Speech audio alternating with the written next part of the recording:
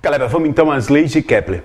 Já falei, né? Kepler é um cara que substitui Tycho Brahe, passa a ser observador do rei e pega todo aquele mundo de dado e começa a analisar, beleza? Ele já fazia isso com Tycho Brahe antes de Tycho morrer. Tycho morrer ficou estranho, né? Tudo bem. Antes de Tycho morrer, tá legal? Depois disso, ele continua fazendo. Bom, Kepler, ele defende o modelo de Copérnico, o modelo heliocêntrico. Ele acredita, por motivos, científicos, que é o Sol que é o centro do universo. Mas ele sabe que o modelo de Copérnico não é muito bom. Ele apresenta erros na hora que a gente vai fazer previsões. Onde estaria o planeta daqui a um mês, a uma semana, a um ano, sei lá eu. Tá? Então ele apresenta erro e ele não fica muito contente com esses erros. Ele era um baita matemático, né? E ele gostava de precisão. Então ele queria montar um sistema planetário que fosse preciso, que determinasse com grande precisão a posição de todos os planetas em qualquer instante de tempo. Bom, ele tenta várias soluções, ele era um cara meio viajão, místico e tal. Ele achava que a órbita dos planetas tinha relação com o número 7. Até porque na época eles conheciam Mercúrio, Vênus, Terra, Marte, Júpiter, Saturno e mais o Sol. Então dava 7, beleza? Com o Sol, né? 7. 7 corpos celestes que ele tinha que montar um sistema.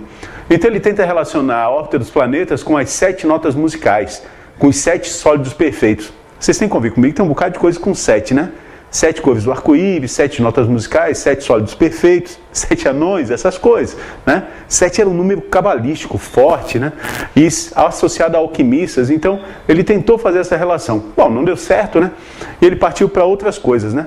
Ele começou a desenhar as órbitas e tentou melhorar esse esquema que já existia. Por exemplo, com a Terra, ele pega o Sol e desloca um pouquinho do centro. Daí ele consegue melhorar muito a órbita da Terra. Mas quando ele tenta fazer com Marte, desses que eles conheciam, né, o que eles conseguiam acompanhar a trajetória, Mercúrio era meio complicado, tá? O que eles conseguiam acompanhar a trajetória e ver que dava muito erro era Marte. Marte era o mais problemático na época. Com Marte, só deslocar o Sol um pouquinho do centro não dava. Então ele tenta uma coisa nova. Ele abandona de vez as órbitas elípticas e tinha que ser macho para isso, né? Porque na época existia aquela crença que Deus fez tudo. Beleza? E se Deus fez tudo, ele deveria fazer coisas perfeitas. E a coisa mais perfeita que tem é o círculo. Então abandonar uma órbita circular não era uma tarefa muito fácil. Tem historiador que fala que é equivalente a falar que a Terra não é o centro.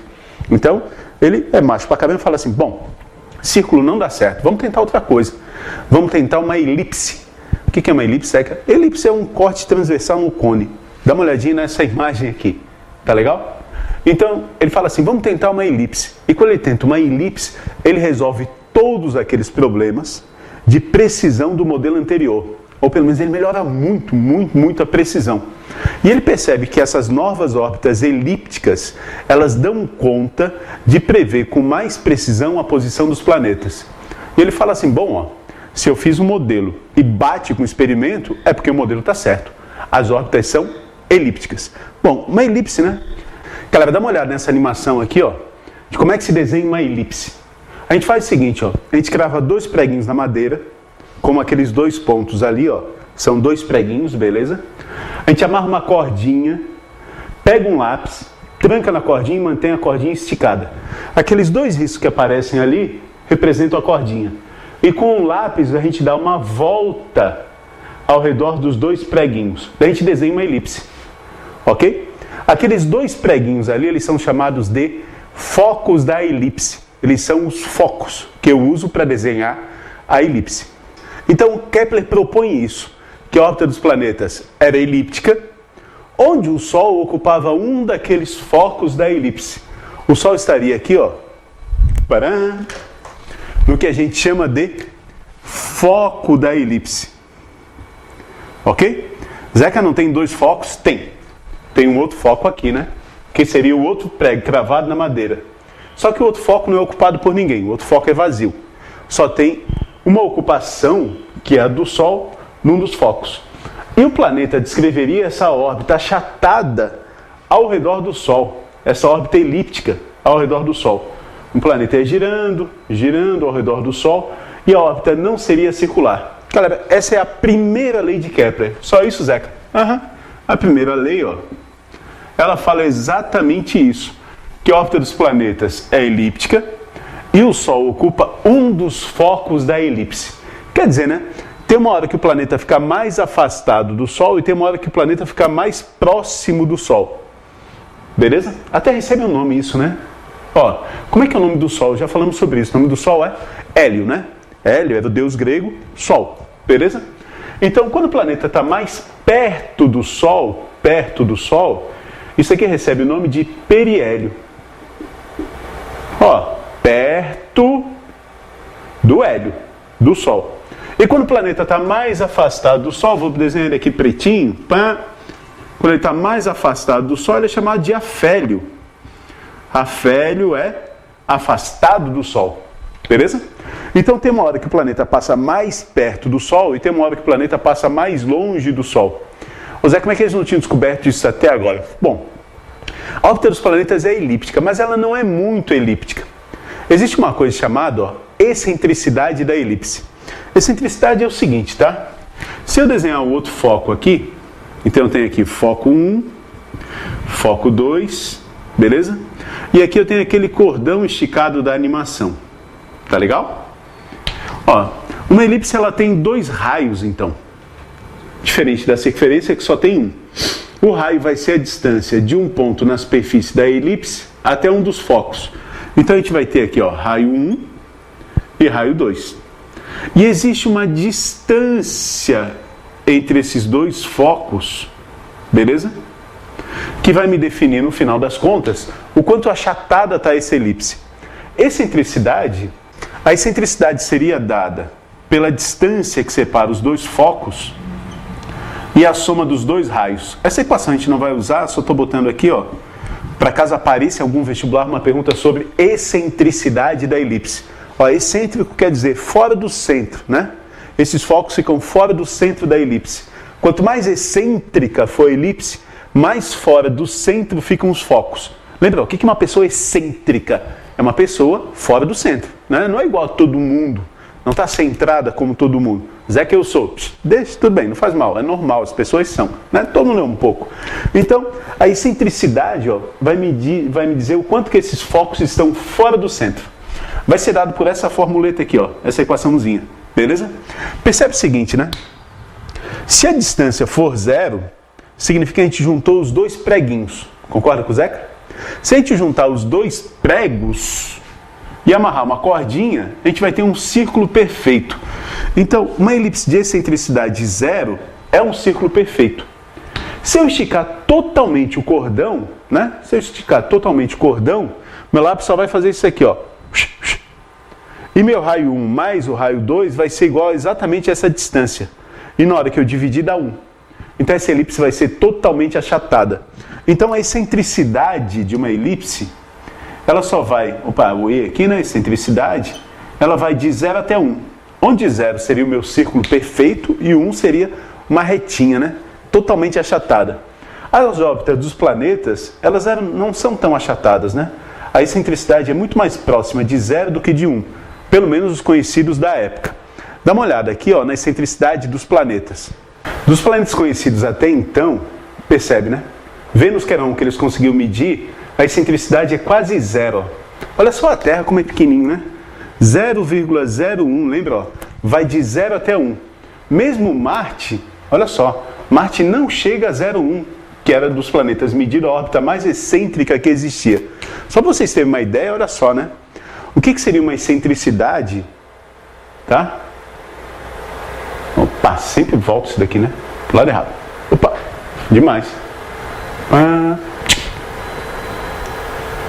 Tá aqui, ó. Olha só, né? Uma excentricidade 0,1. Consegue ver? Eu vou botar ali a figurinha depois, né? 0,1. Galera, é quase um círculo perfeito, ó. Certo? Só quando chega lá, ó, a 0,4, que a gente começa a ver que é achatado, 0,5, 0,6. Mas os planetas não chegavam, né? Vamos botar aqui, ó, de novo. Os planetas não chegavam nem a 0,1, percebe, ó?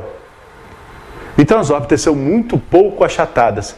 A da Terra mesmo, se a gente perceber aqui, é quase um círculo perfeito. Então, quando a gente analisa a órbita da Terra, por exemplo, né? A gente vai perceber o seguinte, que não existe muita diferença entre o afélio e o periélio, né? Essa distância aqui, ó, é quase sempre a mesma, é quase um círculo a órbita da Terra. Aliás, tinha que ser, concorda comigo? Porque se a Terra ficasse uma época muito pertinho do Sol e uma época ela ficasse muito longe do Sol, o que ia acontecer? Perfeito. Ia ter uma época que a Terra esquentaria inteira e ia ter uma época que a Terra esfriaria inteira.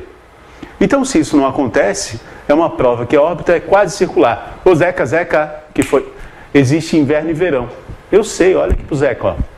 Existe inverno e verão, mas, fica ligado, quando um lado da Terra é inverno, o outro lado da Terra é verão. A Terra não esquenta inteira ao mesmo tempo. Se isso acontecesse, a Terra ia esquentar inteirinha ao mesmo tempo. Então, cuidado, a órbita é elíptica. Lembra, tem uma excentricidade que não é zero, mas é quase circular. Por isso que a gente não observa os fenômenos aqui na Terra, certo? Então vamos repetir, né? A primeira lei de Kepler diz apenas isso, que a órbita é elíptica e o Sol ocupa um dos focos. Normalmente o vestibular não vai perguntar sobre excentricidade, mas é legal saber o que é, né? Vai que o teu vestibular é mais bacana, exige um pouquinho mais de ti, e ele pergunta lá, a órbita é muito excêntrica, pouco excêntrica, pouco, muito pouco excêntrica, quase circular. Tudo bem? Galera, a segunda lei de Kepler é uma continuação da primeira. Bem, a gente não pode falar que chega a ser uma continuação, tá? Mas a segunda lei de Kepler vai analisar como é que é essa órbita, né? Como é que é a velocidade do planeta à medida que ele gira ao redor do Sol. Principalmente isso, tá? A segunda lei de Kepler trata da velocidade do planeta quando ele gira ao redor do Sol. Kepler percebe o seguinte, se ele traçar uma reta que vai do planeta até o foco da órbita, que é o Sol, até o centro do Sol, essa reta, à medida que o planeta vai girando, ela vai varrendo uma certa área. Ok? Vamos chamar essa área de área 1. Então, Kepler dividiu a órbita dos planetas em setores. Esses setores eram divididos em intervalos de tempos iguais. Tipo, se a gente fosse pegar a órbita da Terra, por exemplo, né? Leva 12 meses para dar uma volta. Kepler dividiu essa órbita mês por mês, mas meses iguais. Tá? Vamos chutar lá 30 dias certinho cada mês, intervalos de tempos iguais. Dividiu em 12 parcelas e ele observou o seguinte, que essas parcelas, mês a mês, tinham sempre a mesma área. Certo? Vou repetir, ó. Kepler notou que essa reta que liga o planeta até o Sol, ela varre áreas iguais em intervalos de tempos iguais. Então, por exemplo, eu tenho um planeta X aqui, tá? Que, sei lá, ele leva 10 anos para dar uma volta ao redor do Sol. Ok? Kepler observou o seguinte, ó. Se nesse ponto aqui que ele está mais distante, a gente observar ele durante um ano, por exemplo, um ano, essa reta que liga o planeta até o Sol vai varrer uma certa área. Ok? Daí o cara para de observar e depois de uns 5 anos observa de novo, ó, durante novamente um ano, quando ele está lá do outro lado. Beleza? Essa reta aqui, à medida que o planeta vai girando, ela vai varrendo de novo uma área. Tudo bem? E a gente calcula essa área. Foi? Kepler percebeu o seguinte, ó. Para esses intervalos de tempos iguais, as áreas têm valores iguais. Sabe como é que ele fez isso? Medindo, calculando. Kepler não explicou o porquê. Ele só viu o que era. Certo? Então, com isso daqui, ó, ele tenta determinar qual é a velocidade que o planeta tem que ter em cada ponto para que isso seja verdade. Por exemplo, ó, se a gente fizer de conta que isso daqui são 2 triângulos, né? Uma aproximação grosseira aqui, né? São 2 triângulos. Percebe que esse triângulo aqui tem uma altura maior. Lembra da área do triângulo? A área do triângulo é base vezes altura sobre 2, tá? Esse triângulo aqui, ó, ele tem uma altura maior.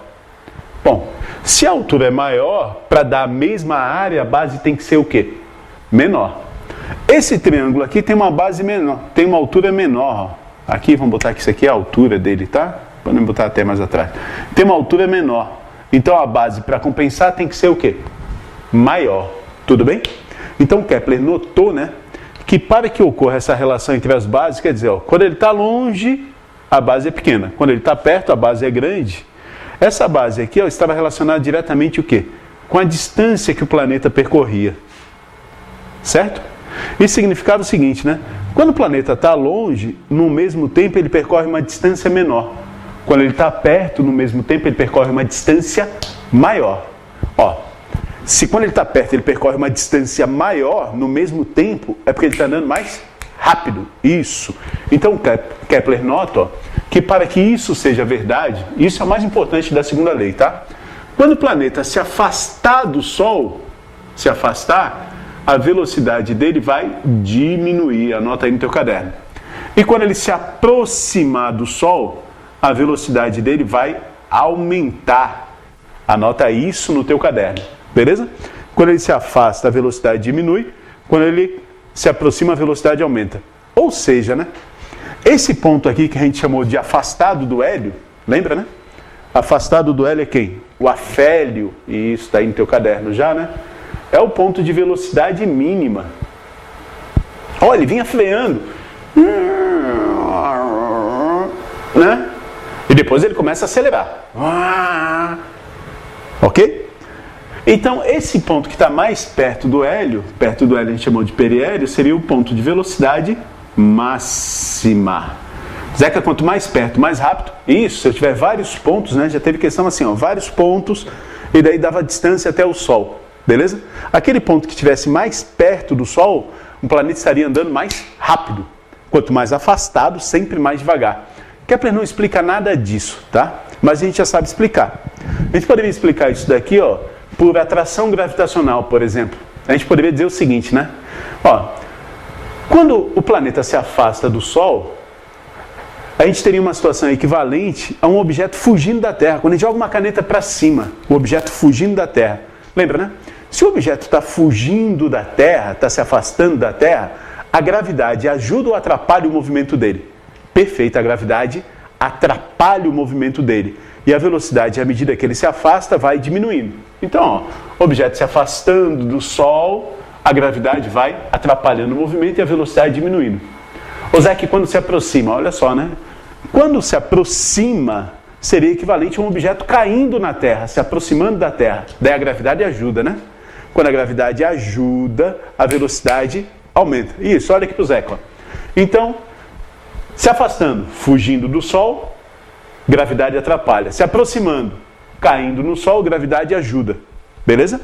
Certo? Se a gente quiser, a gente poderia ser mais chique, né? A gente poderia falar de energia. Você já sabe que a energia mecânica de um sistema sem atrito, sem dissipação, se conserva. Ali no espaço, nesse planeta no espaço, é vácuo lá, não tem atrito, né? Então a energia mecânica deve se conservar. Se a energia mecânica se conserva, quando o planeta está mais longe, ele vai ter uma maior energia potencial. A equação é um pouquinho diferente, mas é parecido com a da Terra. Quando está mais alto, a energia potencial é maior. Beleza? Quando está mais perto, a energia potencial é menor.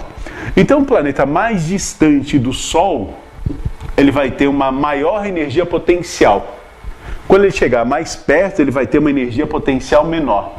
Bom, se a energia mecânica é constante, lembra lá da aula, né? Se a energia mecânica é constante, o que é energia mecânica? É cinética mais potencial, né? Na hora que a potencial diminuir, a cinética tem que fazer o quê?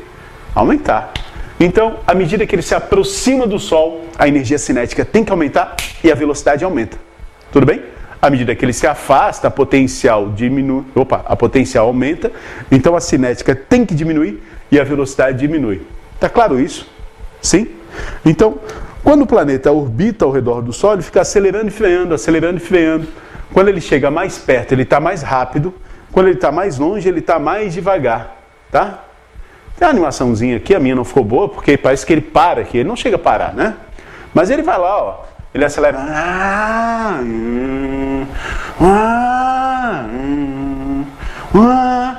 Tem uma animaçãozinha aqui que está bonitinho, que eu tirei da Wikipédia lá, que aparece exatamente ele acelerando e freando, que vai dar a órbita.